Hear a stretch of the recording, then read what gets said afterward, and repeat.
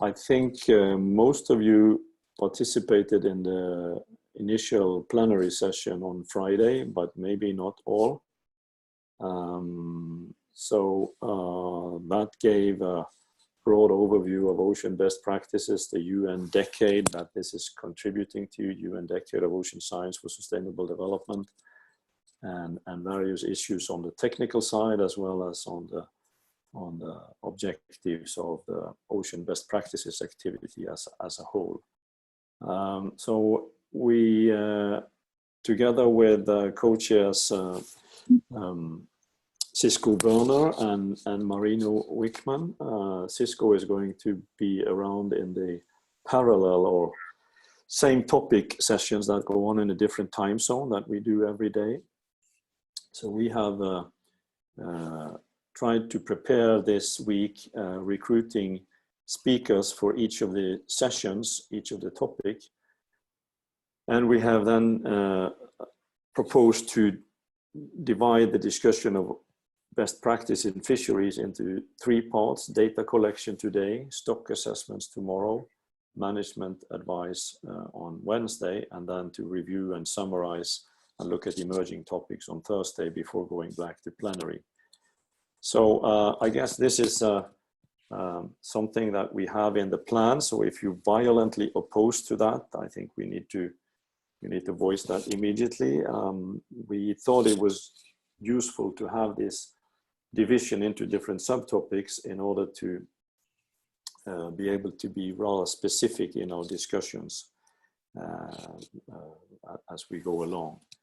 So the overall recommendations that we are asked to produce are on community needs from the fisheries community, on implementation of the ocean best practices systems, how that can help this fisheries community, on implications for the UN decade, actions that we might want to undertake in that connections, and future collaborations. Where do we go from here? And then we have, without going through every aspect of the planning, today on data collection, we have recruited Sven Kupcius to provide an introductory lecture to this topic.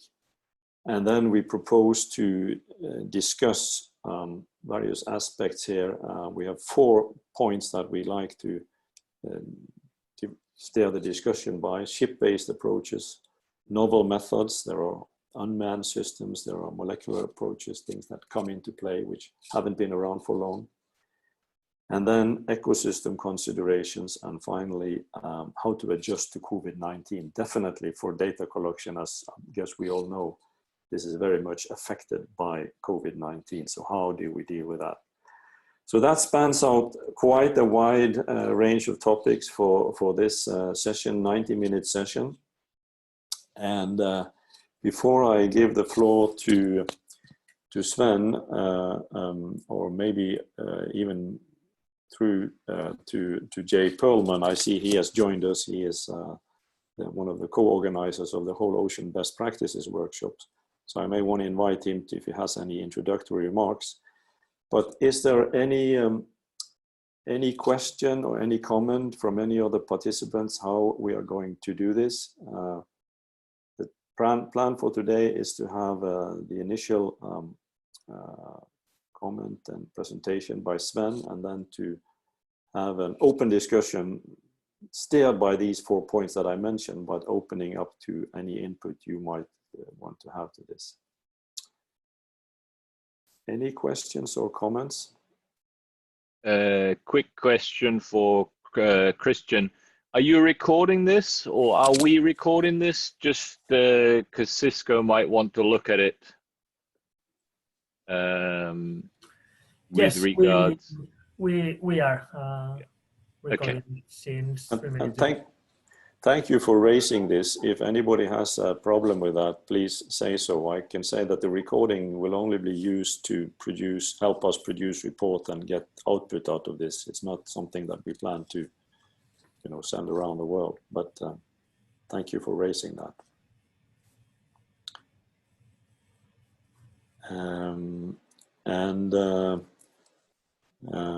Marino, thanks for joining.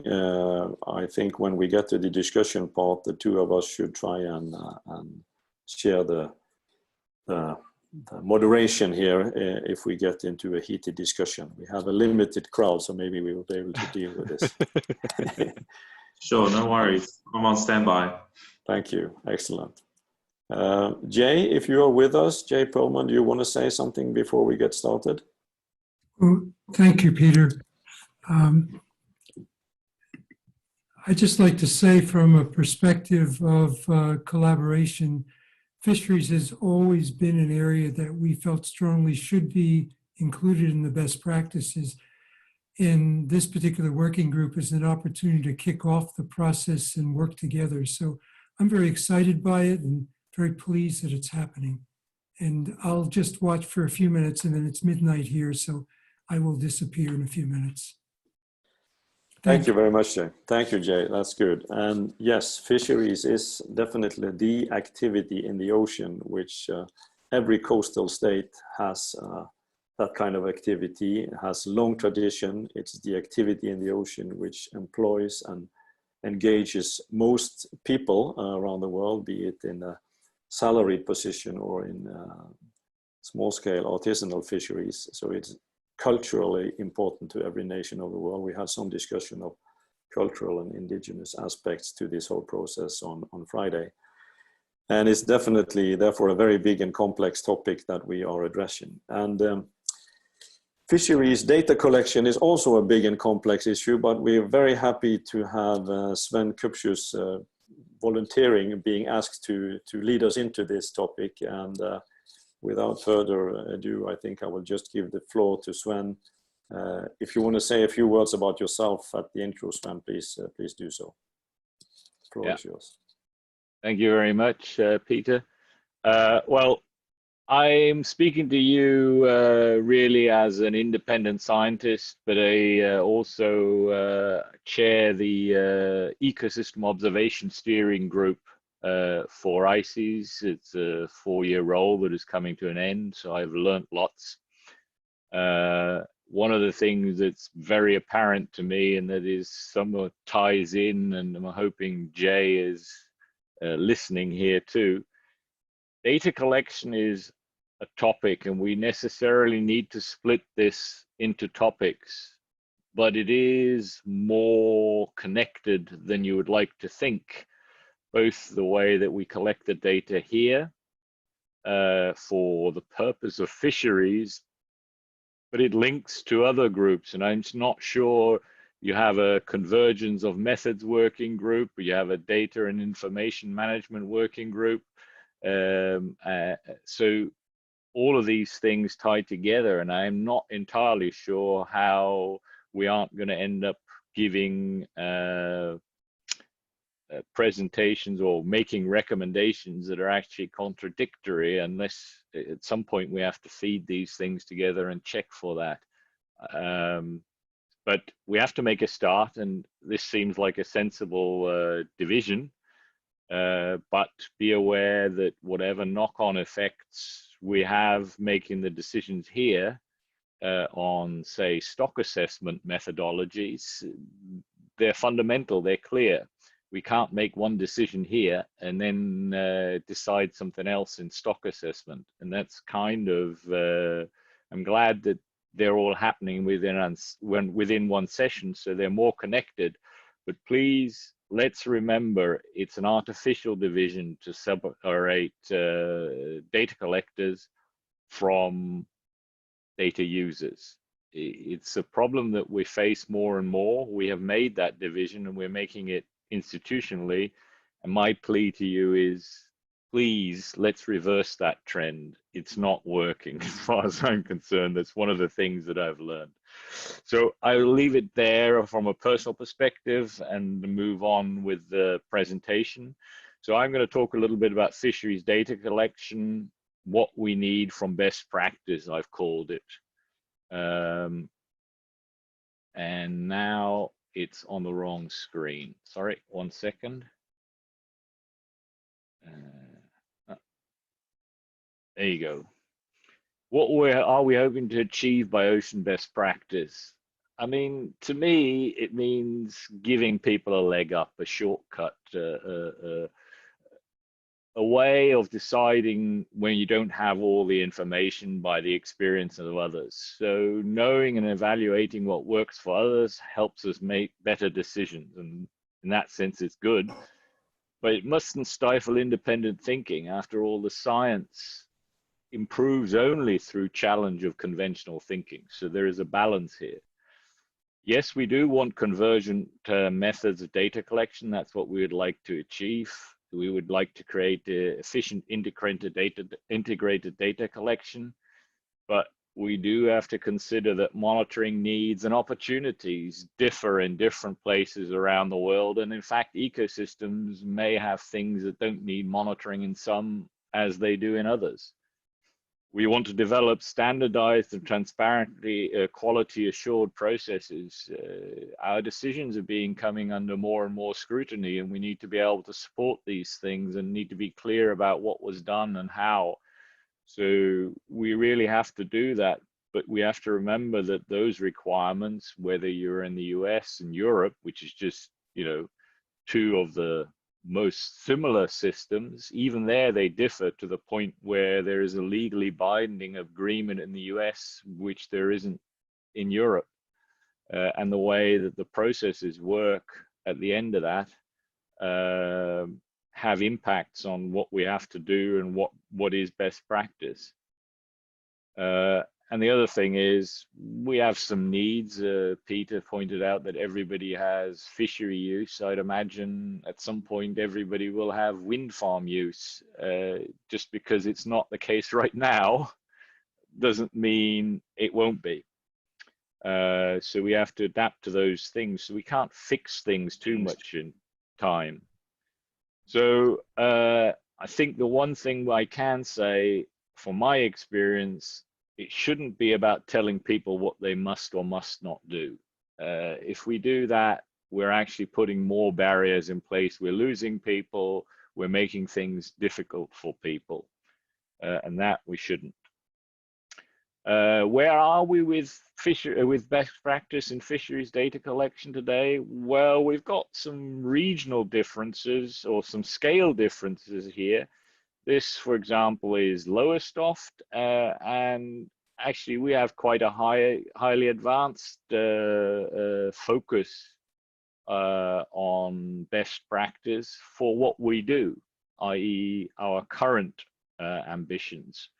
But there is little ambition to change that. So our objectives are quite clear, but they're very limited. On a regional basis, you start to see differences. We have made significant progress in some areas, for example, the IC survey manuals, where we describe what we do. There isn't all that much in there why we do it and how it's used, but there are some elements of that in there, in some of them. But because we do things different, we put a wider scope on it, and that automatically gives it some ambition. Then we move on to the global scale, where we have huge ambition. The ecosystem approach to management is, in everybody's words, but actually it's largely aspirational. We don't know how to achieve it. We just keep talking about it because we don't have the details. And that actually has feedbacks on what people do locally, or would have feedbacks on what people do locally. We do have, I'm just trying to find the manuals about fisheries data collection, such as this one from the FAO, that in detail describes how to collect data, but it's basically about how do you measure a fish, not why do you measure a fish. Those things are not going to help us make progress towards the ecosystem approach. So there is some conflict here, and we have to decide on some sort of scale along this gradient what is a sensible place to allocate to our best practice. But let's assume we can agree that the ecosystem approach to fisheries, and I cross fisheries out because I think we need to be looking at the ecosystem approach to management, is what is best practice.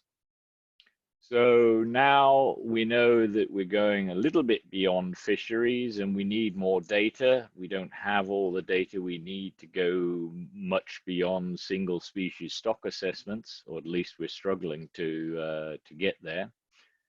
But this is a picture from a presentation given by Cisco Werner and at the annual science conference.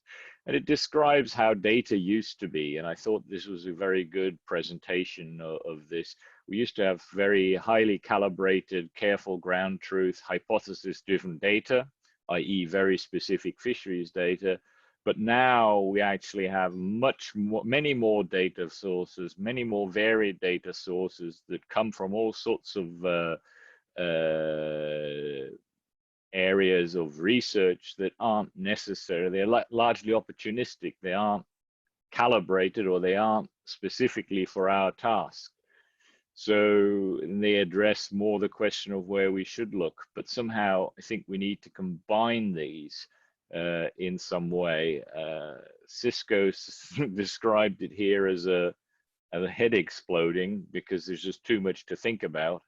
I kind of think of it more as an opportunity and a balance between these. So when it comes to old and versus new, there isn't just data, there's also the analytical methods we have to consider, and the characteristics in terms of precision, accuracy, and resolution of these types of data and methods is actually very different. And the level of control, flexibility, and cost that we have over these things is also very different. So what are some of the benefits? Well, the hypothesis-driven science is conventional and reasonably robust because it's tested. But the answer invariably is mañana, or tomorrow, because it's a long-term concerted effort to collect this data for a purpose. So being responsive, quick, and understanding of policy needs is actually quite difficult with this sort of system. There are the new data methods, and AI is one of the analytical methods to do this. It's innovative and it's useful, but the answer is 42. Let's remember, this is in reference to the Hitchhiker's Guide to the Galaxy. Let's remember that these models and these approaches basically give you a prediction. They don't tell you why it's happening. And actually management is about changing something that we can control in order to achieve what we need to do. So the answer is 42 doesn't really help you much. And I just wanted to give a quick plug to WGM Learn. It's an IC steering group that's actually a very nice mix of the conventional and the innovators that is taking a robust approach to deciding what to do, where, and when. And so I'm hoping that there's more interest in this group and that we can continue to make progress on this.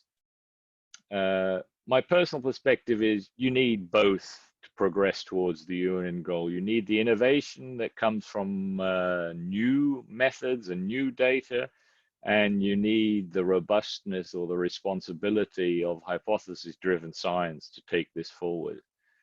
So maybe we could say an attainable best practice is to quantitatively evaluate the benefits and risks of each data source in an integrated modeling framework. That's kind of how I see us going forward. So with that in mind, I think we need to kind of think what we mean by an evaluation of data. Here I've got a picture developed by Philip Lamb from CFAS. I actually like this because it does give a good presentation, and really he was working on trying to figure out how to deal with food web analysis. You know, what data do we need to really make progress on food webs? And there is many different ways that you can collect this data. So each row represents a different method. I won't go into the details. And each column presents a characteristic or a risk or a benefit of collecting the data in that way. And really what we kind of see is we're working on different time scales for these data. They're representative of different periods. They have very different taxonomic resolution. They have different costs, whether you can get to biomass or you can get to lengths. All of these things he put in there as characteristics. And what it clearly shows is that there's trade-offs between these different approaches dependent on what your final objective really is.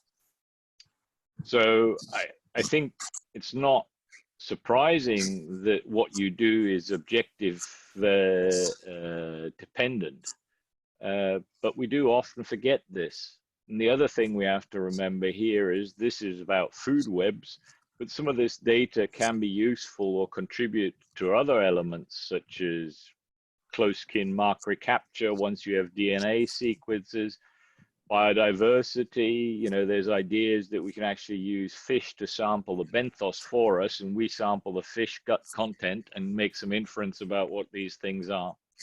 And you can even get to relative abundance from some of these. So there's a load of new methods that are possible, but the question really is, how do we get from what we can collect, which is what all of those are, to what we should collect? So when we come to data collection, you really see that there's multiple gradients. There's regional, there's scale gradients in space and time. You know, what is best practice? There is the sort of new technology, the high risk, low cost versus high cost, low risk trade-off. And there is the single species stock advice versus the ecosystem. One thing that I noticed going through all of these things, actually, the two or the three gradients that I'm speaking about, we don't have to make a decision on each gradient, because actually they're quite collinear. In a multivariate system, they would actually produce a single gradient, which is very helpful. But there are some dangers to this process. Evaluating only some data sources or having best practice only for some data sources invariably means, can Pierluigi mute himself? I'm getting a lot of feedback. Thank you.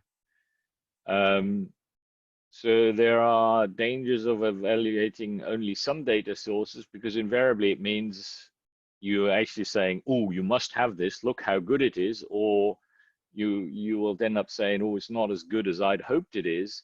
But if you don't have that against other data sources, then the chances are you'll end up with one or two different outcomes. One is people say, well, you don't think your data is very good, so we'll stop giving you the money to collect it.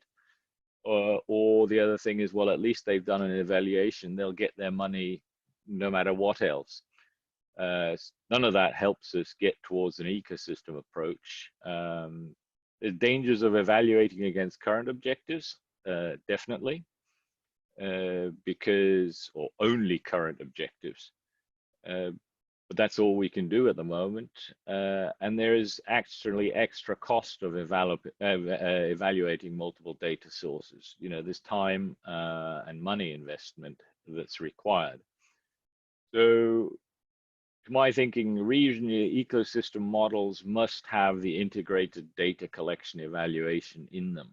It knows how the data are used, how the data drives the model, and it can tell you how important each data source is. So based upon that, you can go back and fine tune your system. And I think that's got to be best practice. The models we don't really have, or at least we don't have complex models that actually do the jobs that we want to do. But we don't have to be right first time around. The whole idea of the system is that it tunes itself through a feedback loop. The one thing that we can say, it only works with integrated process-driven models.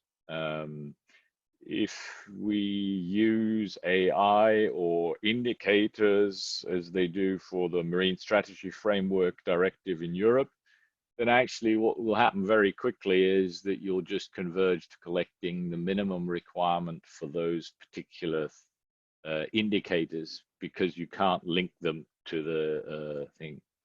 Can't link them to the processes that you're actually trying to manage. So their influence on downstream best practices, you know, I tried to point this out earlier. If we decide that single species data or age data isn't necessarily the be all and end all, and we stop collecting it, and the stock assessment people say, well, it's still state of the art, so that's where we're going, then we're going to have issues. So I want to go, and this is the last slide, I hope. Just mention WG ISDA. It's a working group that I've chaired for a while now. And it does develop quantitative evaluation tools. It helps stock assessors, mainly in the single species world, make model decisions based upon the characteristics of the data, and helps data collectors make implementation decisions. And out of the back of that, we have a workshop called WK User, which happened this January, initiated by Stan Konvicki, who realized that the US funding for fisheries monitoring surveys was under threat, and he needed to show the value and the impact of not doing these surveys or shortening these surveys, basically some options. It was ironic, the funding cuts were also the reason that, or the threatened funding cuts were also the reason that government shut down the following year and we couldn't have the workshop. And then we had it in 2020. At which point COVID was about to hit, and had we had it in 2019, we would have been in a much better place to actually evaluate the data and make sound decisions. As it turns out, we kind of had to make the usual ad hoc decisions with regards to data, and I think that's a real eye-opener. The workshop brought data users and data providers together. That's important. Compiled current practices and considered many different methods to examine the information content of these surveys. It laid out a coherent strategy and the necessary tasks to make the right decision on fisheries surveys. So in essence, it's a best practice for future strategy, but it isn't fully defined yet. But I think, to me, the main thing that came out of this working group, and you can't see it particularly clearly here because it's so small, but basically you consider events. So there's a whole host of events, and in response to those events, you can change something in your survey. Some things you can still do. And then there is a list of methods that you can apply, and the methods actually turn out to be largely independent of the event and mostly dependent on on your survey or on your data collection protocols. But there are things you can apply here and fact check what's the impact of these different options on your data output. So when a new event, we can't predict all event, comes along, you class it here, your surveys won't have changed, so you know how you can then change your survey in response to the event, and you know what methods are there. And in fact, with COVID, a lot of the things would have been very similar to some of these other events that we had seen before. So we could have provided a very good classification of what the impacts of these surveys were had we had the time to actually put this together in a functional framework as opposed to a very useful diagram. So to me, this is actually quite, without even trying really, this is best practice. And oops, sorry. Going back to where this falls out on the gradients, I think it's a good compromise between being regionally sensitive. We did consider that people do collect data in different ways. It's sufficiently specific to be practical. You know, you can apply this and actually get somewhere if you've done the work ahead of time. it appropriately acknowledges the ecosystem effects. It's not only looking at fisheries data, it's also looking at other data collections, and it does have the global ambition to reach UN goals. Whether it'll be possible to do that quickly enough, I don't know, but at least there is that sensible scope to make progress in these areas. And with that, I think I hope I've given an overview of where I think this needs thought to develop this further. There's a few people here to thank. Particularly, I want to bring out the chairs and members of the ICES expert groups. You know, as chair of the steering group, I've had a lot of contact with these people, and broad experience that they bring to data collection and other things is a wealth of knowledge which we are not currently utilizing sufficiently or not utilizing as well as we might in ICES. And I think this could be one of the ways that we can hook some of these things up. So with that, I will leave it to Peter to chair on. Thank you very, very much, Sven. I think this was a very, very rich presentation with aspects that I guess we sort of hardly, we were sort of maybe thinking in directions, but you took us much further than we had in advance. And I think this is really a good framing of discussion, and I'd like to invite everybody to join the discussion and have their perspectives and reflections. We are a sufficiently small group that I think we can let the people take the floor as they wish, and we haven't had a round of introductions to everybody. So I think if you take the floor for the first time, just say very briefly who you are and where you're coming from, and what what you're working on. Don't spend too much time on it, but do it the first time you take the floor. Just to get us started, we had a few keywords listed, and I mentioned them in the beginning. You know, different methods, ecosystem adjustments to events like COVID-19, and I guess you covered them all. And also this aspect of being globally aspirational, and at the same time looking at what can be done locally, which may be different from place to place. But I think maybe to me the sort of most revealing characteristic of what you say perhaps is we really need to discuss the objectives of what we're doing, because the objective decides you know what is the best way forward, and then the complexities of going from single species to multi-species is well discussed in many aspects of literature, but the ecosystem considerations and how we want to link this together is really opening up a very, very big topic. I'd like to also say before I open that you know, we're all in this as individuals. You made the point, Sven, in the beginning that you're not representing any organization here, even though you have the background, and that's the case for everybody here. I think we are not looking here at some sort of intergovernmental or binding, you know, set of procedures that we like to propose as the authoritative way forward and people need to follow. This is all about bringing up good ideas and leading the way and being adaptable and flexible as we go along with the different methods.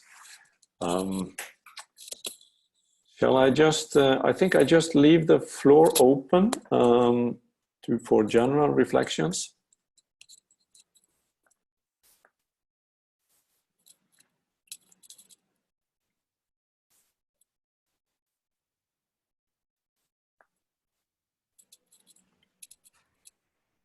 It seems people are shy in the morning. It's morning here. I could put in on. Sure. So again, Pierluigi Buttigieg from the Helmholtz Metadata Collaboration. So I work on the technical side of the Ocean Best Practices system too. And so this data collection thing is close to my heart as a data person, but also interested in getting in things linked to methods. And it's so important for us because how you collect the data will determine so much about how it can be analyzed, who should see it, how they should see it, etc. And so that's really maybe my question really. How unified is that right now in the fisheries community in terms of being, I know there are standard approaches, especially on national scales and for international reporting, but if as a data scientist, can I just link to can I find a data source for international data and then also then find the documents that were used as methods to get that data? Are they all easily interlinked or is this still a challenge?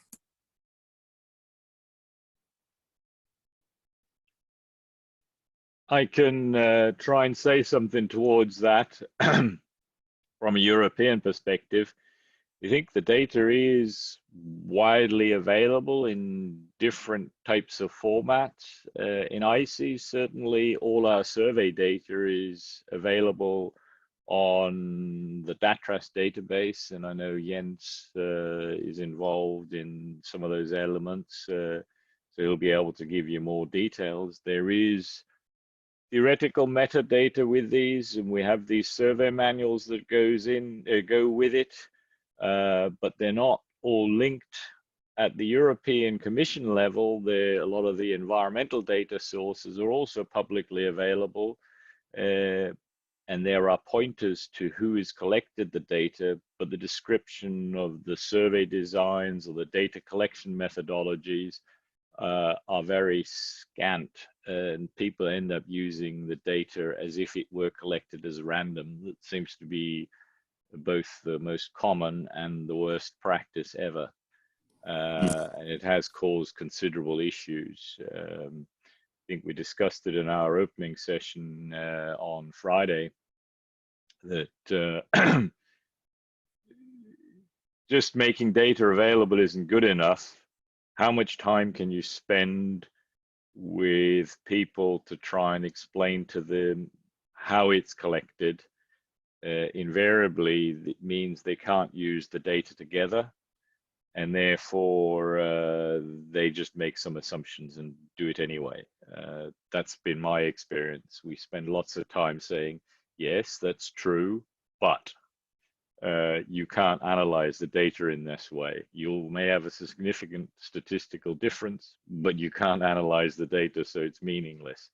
And you spend a lot of time actually saying, no, this isn't right, given what the data is, rather than actually making progress yourself. So that's been my experience in Europe. Thank you. Yeah, thank you for that perspective. Because like then on the OBPS side, I can imagine in the data record or data stream database, if you have a link to the OBPS record, which states the methodology used, even if there are different ones, if the OBPS could also generate a metric of whether those are comparable, they produce comparable data, or they're very different, or where to watch out, that perhaps could be a service. Thank you.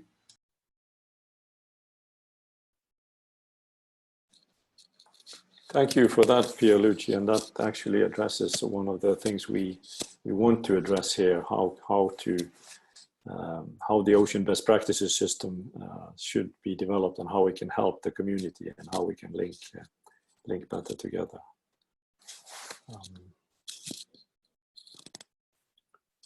There are some rising hands from Jens and from Nikos as well. I'm not sure who was first. I guess that Jens raised his hand before. Yes, Jens, please. Jens Rasmussen. Okay, hi. Yeah, my name is Jens Rasmussen. I work as a data manager in Marine Scotland, so not too far from where Sven is based. Sorry, I just realized there's a lamp shining down, giving some weird effect on my camera here. But yeah, I was just going to say that Sven's obviously covered some of what's going on in ICES.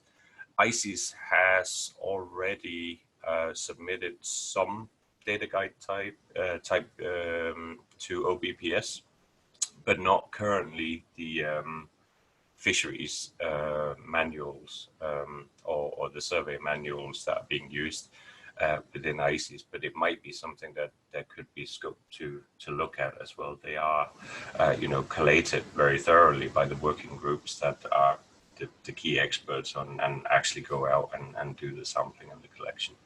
But I think that's one thing that Sven touched on that kind of links up with what Pierre-Luigi was asking about as well, and there needs to be a level of pragmatism in it, because even with a survey manual like that for an internationally coordinated surveys, we still know that people have to adapt because vessels are different.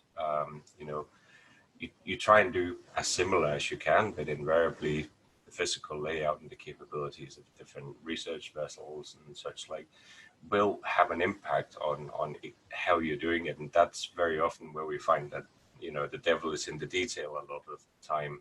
There are small variations or country effects or vessel effects or something like that, Sven, correct, it's just that sometimes they can then advise that you really shouldn't be using the data for that, because there's a level of understanding that on face value, if you just read the survey manual or the best practice, isn't necessarily apparent. And I think that's one of the really tricky things about that's the broad level best practice, but I wonder whether there's a meaningfulness sometimes in also breaking things down a bit more, so you could have base practice for some really basic things, how to measure the lengths, how to take an otolith from different species and stuff like that.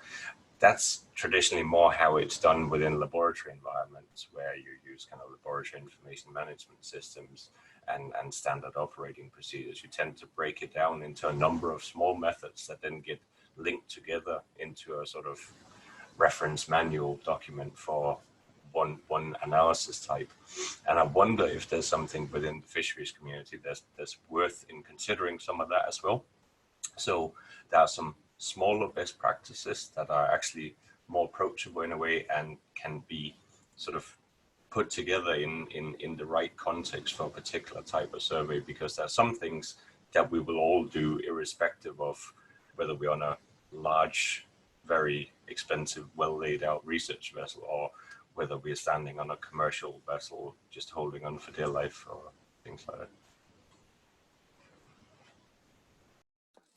Thank you very much for bringing that perspective. I think maybe what I said earlier, you might think that this field is so complex and so big, and we have to discuss objectives and we have to think about a lot of aspects, and then we may get lost and not know exactly, whether best practices is useful. But I think you're pointing to the need to work on different scales simultaneously, address the big issues, but also address those practical issues which actually can probably be well dealt with and solved, and for which it will be very useful to have best practices. So I give the floor to Nicolas Nikolodakis. Yes, Peter, thank you. Nikos Nikolodakis, I work at IMR. I could give a perspective on data collected by IMR on behalf of FAO in Africa through the ecosystem approach to fisheries Nansen program.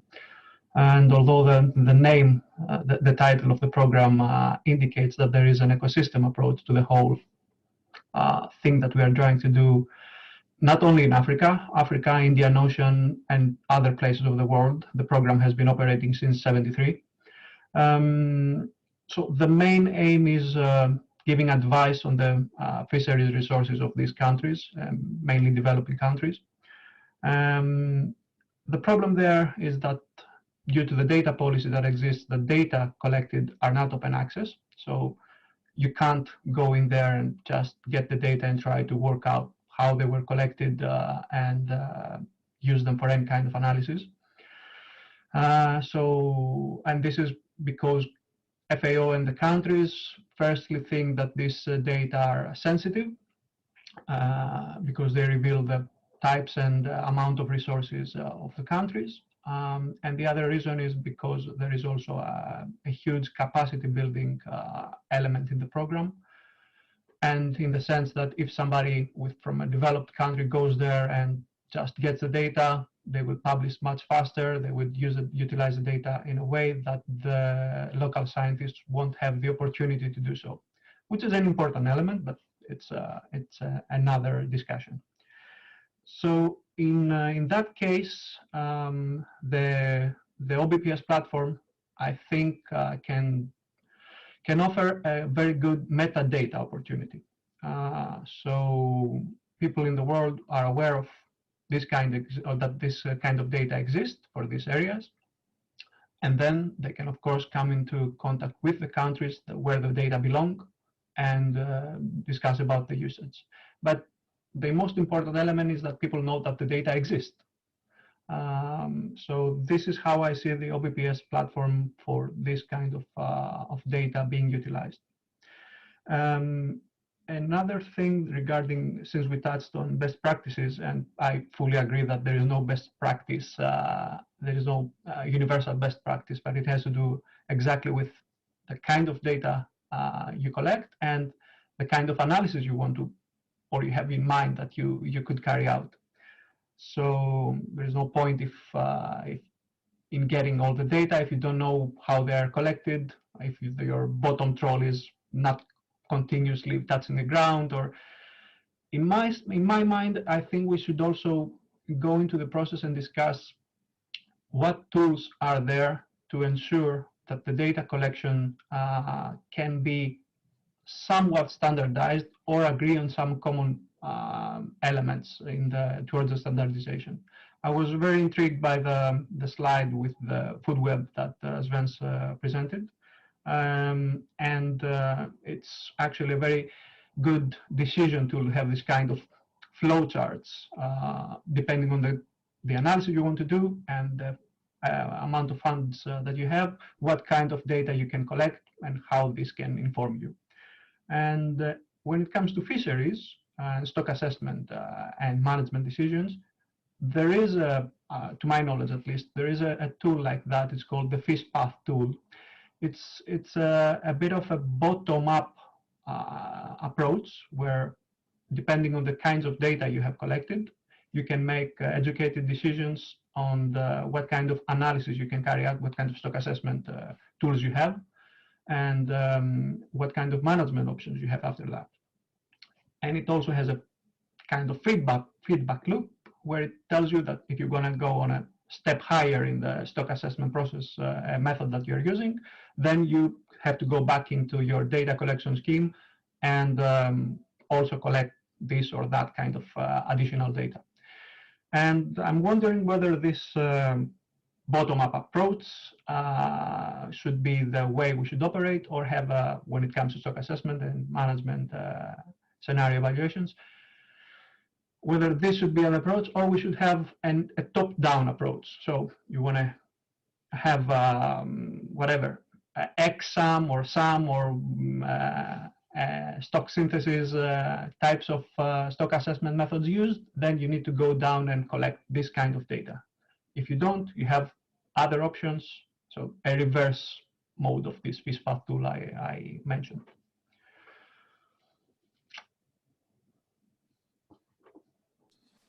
Thank you, Nico. Valuable perspectives here. I think we collect these various perspectives, and then I may want at some point ask Sven to also come back and reflect on some of these comments, which were partly bringing in new aspects, but partly also, I think, responding to Sven's presentation. But I'm glad to see that Marino has put up the hand. Actually, I was going to ask Marino to maybe take over a little bit of the moderation, but Marino, over to you. Yeah, thanks, Peter, and g'day, everybody. Marino here. I'm actually the co-lead for the other session, but I wanted to kind of have a sneak peek as to how discussions might go, and I'm glad I did. I'm from the Cook Islands, the data manager for the Fisheries Department, and so I thought it might be useful to provide some insight from a tuna tuna perspective in the Pacific Islands. Now, the way we deal with a lot of our data dissemination stuff is it's all funneled through our scientific service provider, the Pacific Community, which services 26 members and territory states. Now, under the ESBC, the way we've kind of designed our fisheries information is we have a sub-data committee which looks at the catch and effort forms, observer forms, looking at guest-specific forms, and that all feeds into a centralized regional fisheries database collected and housed within ESBC. Now, part of the subcommittee which looks at the data aspects of fisheries, will looking at harmonizing the approaches that we have with our member states. So that's ensuring that all the fields are collected, that it's all standardized, that we have the protocols and policies in place, and that's all adopted by the members and is fed through the Western Central Pacific Tuna Commission. So that's the RFMO that manages the tuna within our side of the world. And it's been quite an interesting experience, particularly as we look at some of these emerging technologies now that we're moving away from the traditional paper-based systems to electronic formats, and that's presented a whole bunch of difficulties, but also opportunities with kind of fast tracking and ensuring that that information is made available to the member states. I also note that within SPC, we do provide a lot of the stock assessments. So there, within the annual Tuna Commission, there are a lot of reports that are made available, so that information is provided. But there are certain policies that are set by SPC that ensure that any sensitive information, especially when you go down to vessel information or any VMS or vessel monitoring information is kept towards the state. But a lot of the information is available, or you can go to the Commission website, read the reports, and generally, if anything isn't available, you can just send a formal request to SPC or to the member states, where generally the information is provided. So I just thought I'll quickly provide that perspective from the Pacific. Thanks, Peter. Thank you very much, and I'm very happy to have that perspective, as well as the perspective that Nikos provided on Africa, Indian Ocean, and FAO, and how this data exchange and data availability, metadata that we talked about, and you seem to have a system where maybe things go a little bit smoother, and I'm sure there are things to be learned across the different regions and on how to deal with this. Some issues and some, things like country specific and sensitive information, they may be different from area to area, but they may also have some commonalities, and without us going into security policy or government priorities and rules and so on, I think there are issues here which can also be brought up in this context, and maybe further in other fora where we work on the more towards intergovernmental level. For those of you who may not know, the ICES is not an RFMO, but it is supplying much of the information to the regional RFMO that's relevant, and it's a different way of working than I think from the way in which many other RFMOs, regional fisheries management organizations, work.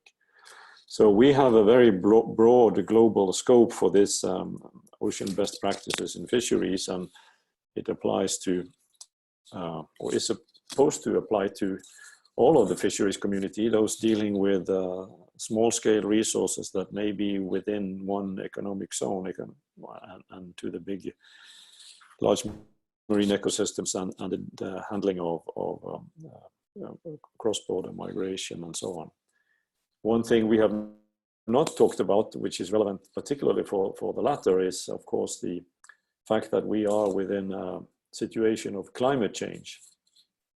and fish stocks are moving and ecosystems are changing. And that's one of the ideas we had at the early stage here, that, you know, when we look through the whole value chain from data collection, stock assessments to management, the time series that we are building our knowledge upon are from a certain climate regime. And when the climate regime is changing, then how do we trust our time series, and how do we trust our models, and how do we deal with that in the best practice system? So that throws in another layer of complexity. I'm sorry about that, but I think that's also worth mentioning. Let's see, anybody who hasn't spoken? Jens, please, back to you. Yeah, it was actually just a reflection on what you said, and it's probably not directly related to best practices for fisheries as such, but I think there is that element that, like you mentioned, that during a period of climate change, that invariably the discussion about more multidisciplinary surveys will arise as part of that as well. And I think it's something that's important to have a sight of, at least within that whole, like Sven had this matrix of, you know, cost and trade-off of different methods. And I think in many ways, we probably also need to look at fisheries data collection, whether there's added value in a way of trying to extend the disciplines and the way in which we can do them. Fisheries is one of those days, perhaps more easy for people to understand why we survey. It's directly related to a resource that people have an economic interest in. And it is perhaps one of the better opportunities, at least, to act as a vehicle for bringing in some of the best practices associated with other disciplines as well, if we are to move more towards environmental monitoring as part of these.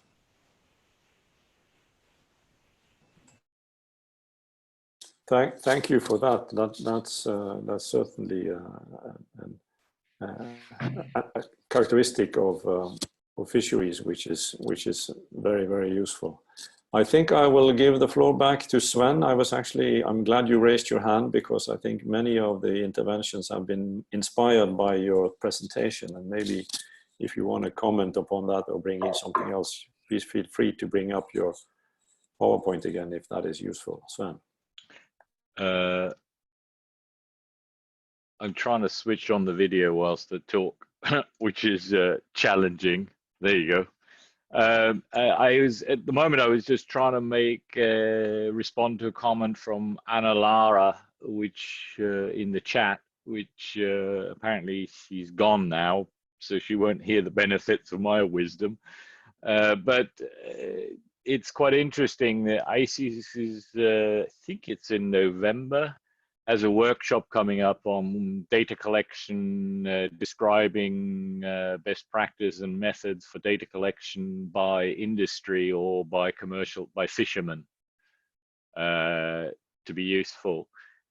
In my mind, it takes the wrong approach to it, the way it's set out at the moment.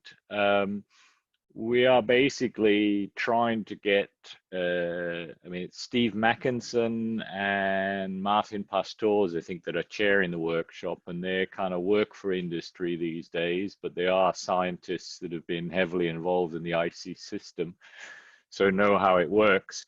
There's a lot of discussions about how you take a subsample and how you measure a fish and how do you raise that to the total catch and all these kinds of things people should do. But it basically, it's transferring what we do on RVs or on markets to the industry. It's almost a one-to-one replacement, and really, to me, that's the wrong approach. We do these things to have the certainty that the data is being collected correctly. I'm not saying the fishermen can't collect it correctly, but you lose the flexibility and a lot of those elements. And really, what fishermen can bring to the game is something completely different. You know, they know things that we'll never know because they're out there all the time. They see these changes. It's merely a question of separating their sometimes non-scientific beliefs underpinning it with data. And really, we ought to be making use of their information rather than them replacing our capacity, which is purely a financial element. Get them to contribute to things that we can't do. They're out there all the time. We're out there once a year. And try and bring it together in that context. I don't know how much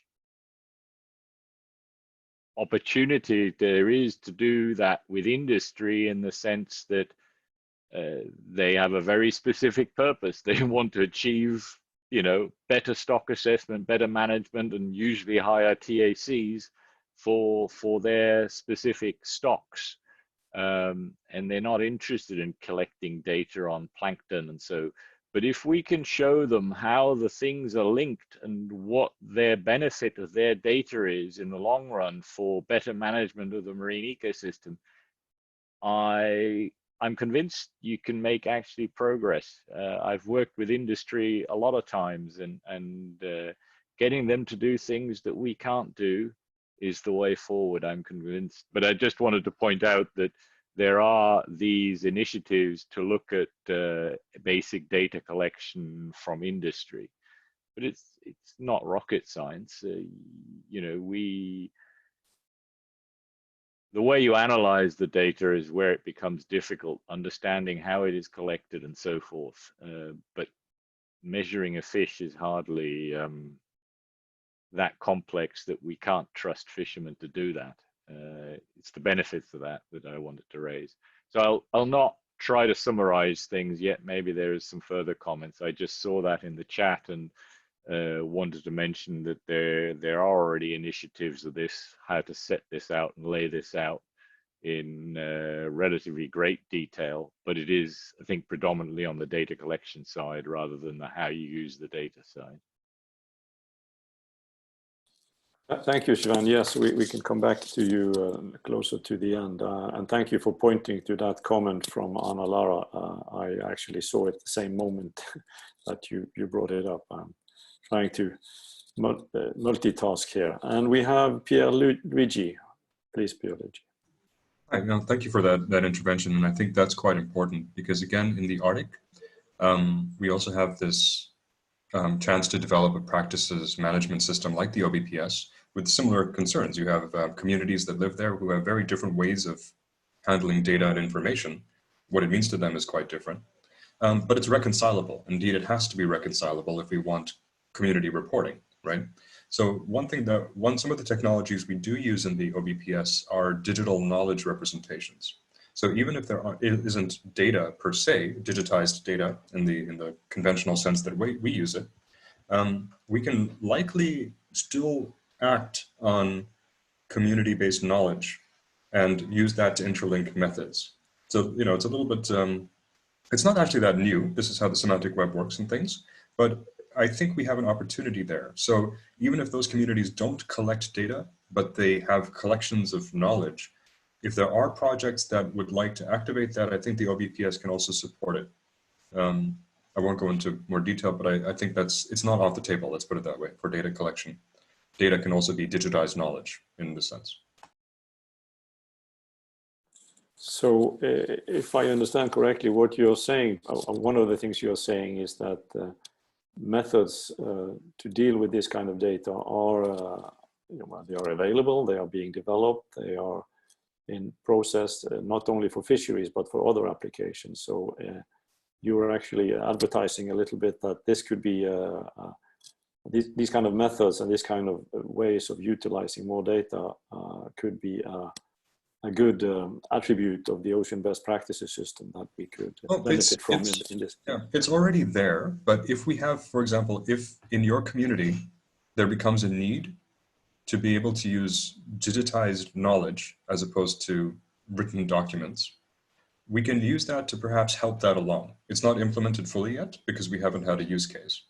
But if there is that case where, for example, you'd like to make sure that methods linked to fisherfolk knowledge on the coast are also linked to some data management plan, we do have some technologies to support that. But we'll need a little bit more scoping of what the problem is. But if this is an issue, if this is a challenge, we can perhaps help, at least on that side of it. Okay, thank you. I don't think I would like to conclude on that now, but I'll certainly bring it up with the fisheries community. Is a rather interesting development. Thank you. Let's see. Nikos again. Yes, thank you, Peter. I would like to comment also on something that Vance brought up in his presentation about that we shouldn't tell people what to do or what they must do or they shouldn't do. But would you agree, Sven, that we do need to set some clear instructions on some very basic things? For example, I'm bringing things up from my experience. You have, in my experience, the human is always the source of error. When we have automated data collections from an echo sounder, from whatever, the system, as long as it works properly, the gear, it will collect the data as intended. But when you have a person collecting data and, for example, you want to find the maturity of a fish, and you have a scale from 1 to 5 assigned, and somebody goes in and punches, instead of 1 to 5, punches 8, because the system allows him to, or her, to punch 8, then wouldn't it be a good idea that the best practices in that area actually say that the systems should be having hard-coded reference lists that only allow for input only allow for specific input, so as to eliminate as much as possible the human error?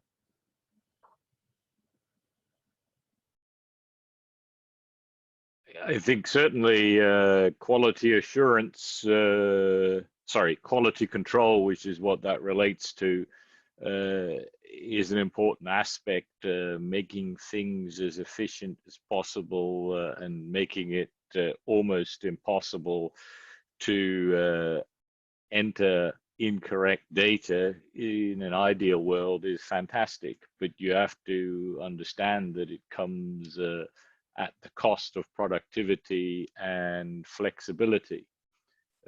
Say we, for example, on our system have a set of species that when we record them, we try to automate it. It's all computer automated with digital measuring boards and everything else. So you can't enter a species that hasn't been caught on the survey before in order to avoid things. But you have so many codes that you can still make errors amongst the ones that you have. That's one thing. But also it means when you do catch a species that actually isn't on your list, it causes a whole bunch of problems. And, you know, with things changing, with distributions changing, we have to be ready for this. So we now have procedures whereby only a certain number of people can add them. And you know, so there's all these quality control procedures, but they're not infallible. I also totally disagree with you in some ways with regards to if it's automated, it's right. Just look at echo sounders. If it's not properly calibrated or something's gone wrong, the value of it is actually very much less, because all you get back from the automated system is an echo return. This is the strength of the echo return. It's in the scientists. Only the scientists currently, I mean, they're working on AI and so forth to make the decision what species that is. But you might call AI automated, but it's also fallible. It's only learned from humans. So I think that distinction isn't particularly helpful, but you are right in the sense that the types of errors that you can make and how they can be avoided can greatly be enhanced where human operators are involved, and should be in the best practice system. Yeah, that was my point. Thank you. Yeah, so this comes back to the point of making best practices for sub-problems and not only looking at the big issues, which are also important. Jens Rasmussen, please. Yeah, more or less what you just said. It was the whole thing about trying to break, but also actually to echo exactly what Sven was saying, I couldn't agree more with that. And I think one of the things you said previously, Sven, was this: it's not hard to measure a fish, and that's true. I think one of the important things perhaps is also the relative importance of the different substeps, because getting the measurement of a fish wrong by ±1 centimeter is there's a different effect of those at different times, depending on the rarity of the species, the degree of subsampling, and so forth. And I guess similarly, I'm not an acoustic expert, but I guess similarly, even relatively small variations in your calibration, where you're off a little bit in one direction or another, can have enormous consequences for very large stock estimates. So there's something about, and I know that's sort of really tomorrow in terms of the stock assessment, there's something about understanding where the data collection has the biggest cascading impact moving forward, because some things, in terms of your subsampling, for example, is probably more sensitive and has a larger relative effect moving upwards in the chain of estimation and assessment than other areas, and maybe that can be used to help guide the priority of where best practices should perhaps try to be developed and be most clear.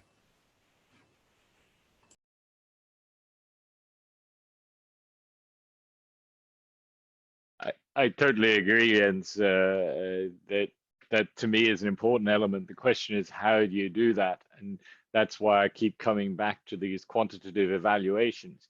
It's not independent of the stock assessment what the biggest impact is. What stock assessment method you use has different impacts of the subsampling. If you're just using a biomass production model, well, certainly the number of lengths you measure is relatively irrelevant. Whereas if you are doing a catch at age model, it can be if there isn't a lot of difference between the ages, so in size between the ages. So the question is, can we have a best practice system that is universal with regards to what are the major drivers, or is best practice simply evaluating what the major drivers are in your stock assessment, and having the tools, a prescribed set of tools that can be applied to different data sets that can then actually quantify the impact as WK user is proposing. To me, that's best practice to do it that way around. It's not prescriptive. It doesn't mean you have to collect data in a specific way. It just says, well, in your case, it may not matter whether you know the species very well, because you're kind of looking at demersal productivity. So as long as you can tell a demersal fish from a pelagic fish, you're okay. It just can't go with a single species stock assessment. That's all. So it's that kind of thinking that I'm trying to encourage. You can then derive best practice autonomously for your own situation from the system that exists. And I think that's the best practice thing.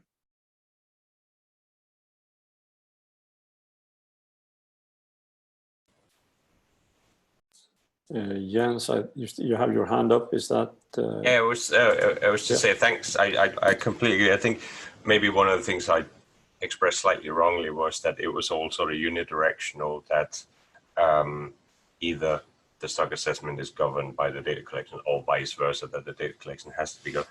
But I sort of keep coming back to that matrix you had in your presentation, Sven, about like things like cost and the relative resolution and stuff. I'm kind of thinking that based on the best practices and the nature of the data that's being collected, it's almost as if you could do, well, I guess that's what you're doing in a way in benchmarks, but you're assessing which models would be suitable to use on the basis of what data is available. But there isn't really a common way of doing that. That is sort of, I think, maybe easily approachable. And I wonder if that's also an area where best practice could be developed for a kind of just a summary of a benchmark evaluation. And I don't even know, benchmark, I only really know benchmarking conceptually and only within the ICES context.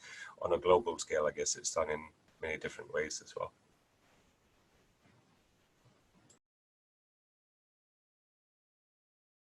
This was the slide you were talking about, Jens? I've started sharing the screen again. Yeah, it's that little grid in behind it there where you have the different methodologies and their relative cost. But the columns potentially could also sometimes be slightly different.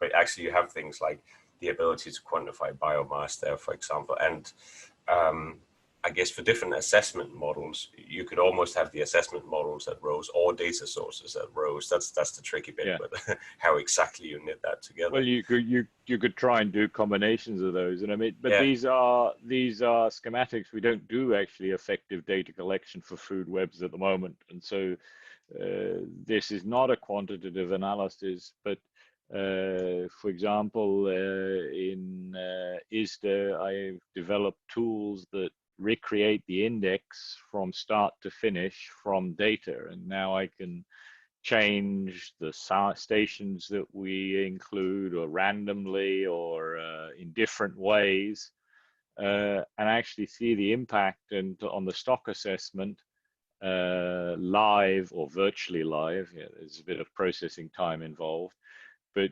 we can actually develop uncertainty plots that tell us that some of the things we're worrying about, we needn't worry about in terms of the stock assessments we're using.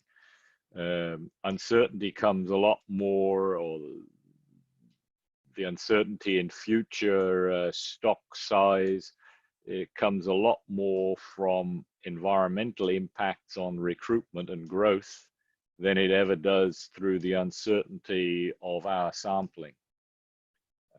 That's why I'm so keen to develop ecosystem approach models or some sort of ecosystem-based models for these things. In terms of the short-term forecast, you're right, it's mainly our sampling, but in terms of what is a stock's productivity, what is its appropriate FMSY value, fisheries management metrics, it's out of this ballpark in terms of the importance of the ecosystem things. So it's a scale perspective. If you're worried about next year's advice, yep. If you're worried about the long-term advice, which also affects next year's advice, we're kind of snooping around in the dark at the moment. So I think the answer is, for what data we have, we need to do it quantitatively, these evaluations of exactly this type. And for data we don't yet have, we have to use our intuition, and lots of times there is some sort of data or some sort of guess as to the impacts or the likely impacts, where we can use these more qualitative methods, as Philip has done here, to actually make huge giant steps towards the ecosystem approach. Sorry, I'll shut up now. No, thank you, Sven, and I'll ask you to give one more comment before we close. We're actually within the last 7 or 8 minutes now, so we should make sure to stay within time. I just want to also make the point that Pierluigi left a link in the chat for the issue that he talked about at the end, so maybe we should bring this forward also to the next group. And I think our discussion now is showing that dividing this topic into data collection, stock assessment, and management advice may be reasonable, because we are looking at some best practices for limited sub-problems. But if we start talking about the big issues and how to deal with the issues, the problems that are motivating our activity, then everything gets connected. And I'm struggling a little bit to see, how we can, maybe there is a way to develop best practices, even if we don't necessarily out to set priorities for what actions to take. I mean,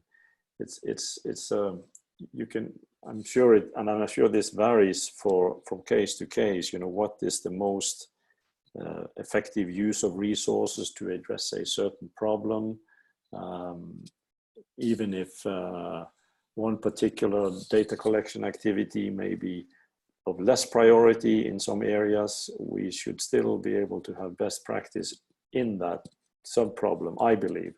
But of course, the bigger issue, the rationale for why we are out there in the first place and how things link to the overall objectives remain crucial. Okay, 5 minutes left. I don't see any more hands. Jens, once more. Sorry, yeah, it was just a very short observation. Say, I'm also taking part in that data management information stream that Pierluigi was referencing to. So I'll make sure that, you know, if anything relevant kind of crosses over, I'll try to brief in both directions if I can. Excellent. Can I throw back to Sven then for some final comments on aspects that, yeah, you want to comment at the end? Yeah, thanks for doing that, Jens. I think that's important. It's very relevant, at least that they're aware that we're talking about more than just collecting the data here. We need feedback from the other elements in order to make a decision, and maybe we should refrain from trying to make too much of a decision on what is best practice till we see how some of those things pan out. As Jens says, it's an iterative approach, not really a linear approach in any way, shape, or form. Whether you go top down or bottom up, it's not linear or unidirectional, at least. So to try and sum this up, this to some degree is what I was worried about, and which is why I spent a lot of time trying to show that actually we only have to make one decision. What level of complexity do we want to aim at? Do we want global, regional, or local? Do we want single species, multi-species? All of those, I think, actually come in the end to the same thing, all those gradients.